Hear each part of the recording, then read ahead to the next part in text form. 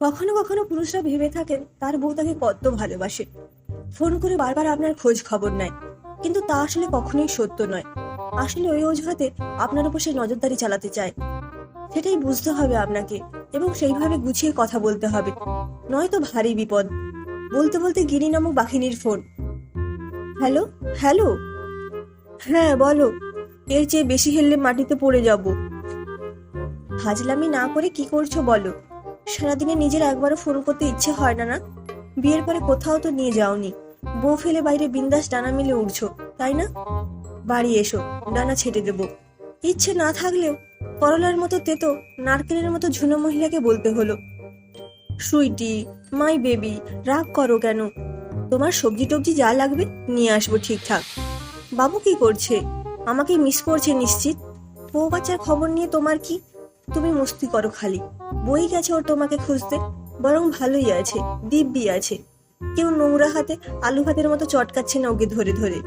আদর করতেও শেখুনি বাচ্চাদের। পুরুষদের এটাই মুশকিল। যত ডিগ্রি থাকুক, আপনার স্ত্রীর কাছে আপনি সবচেয়ে আনাড়ি। কথা ঘুরিয়ে, কি রান্না বান্না করলে আজ তাহলে? কাঁচকলা দিয়ে পাতলা মাছের ঝোল। তুমি থাকলেই যত ফ্যাচাং হয় খাবারের। তা তুমি কি খেলে দুপুরে? সত্যি কথা বলতে, এই ঝামেলা বা ফ্যাচাং শব্দটা শুনে ভাববেন না 5 বদলেতে খাওয়ারুনি আমায়। আলু কিংবা পেঁপেটা সিদ্ধ করে দেয়, তার বদলে সব আনাজ সবজি কেটে দিতে হয় আমায়। ভয়ে ভয়ে বললাম, মটন বিরিয়ানি আর রায়তা, অন্য কিছু ছিল না।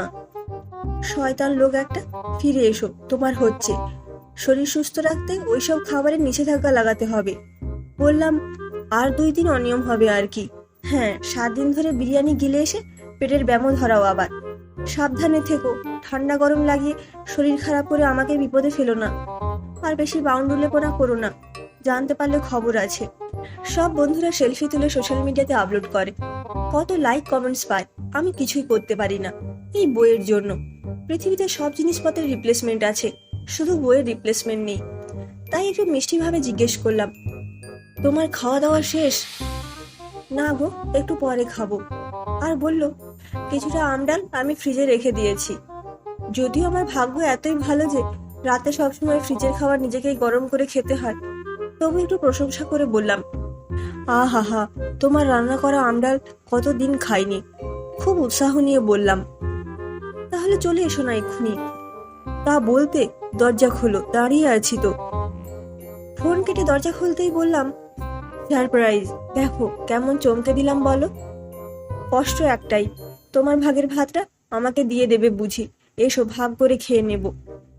ও গুড়ে বালি, অত প্রেম দরকার নেই। দুপুরে যখন তোমাকে ফোন করেছিলাম, তখন ট্রেনের শব্দ আর চাওয়ালার হাঁক শুনেছিলাম।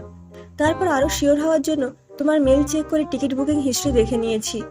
তখনই বুঝেছি ব্যাটা চালাকি করে সারপ্রাইজ দেবে ভেবেছে। তাই আমিও বেশি করে ভাত রান্না করেছি, সাথে ডিম সিদ্ধ করে রেখেছি। এখন যাও, আমার জন্য ডিমের কালিয়া করে আনো। 7 দিন ধরে শুধু সিদ্ধ খেয়ে আছি। আমার সব আশায় জল ঢেলে দিলে যে। এই জন্য বলে, বউ নামক গোয়েন্দাকে কোনো পার্সোনাল পাসওয়ার্ড বলতে নেই। ফোনটাই যত নষ্টের গোড়া। এখন বানাও ডিমের কালিয়া, তাও যদি আমাকে 1 পিস খেতে দিত।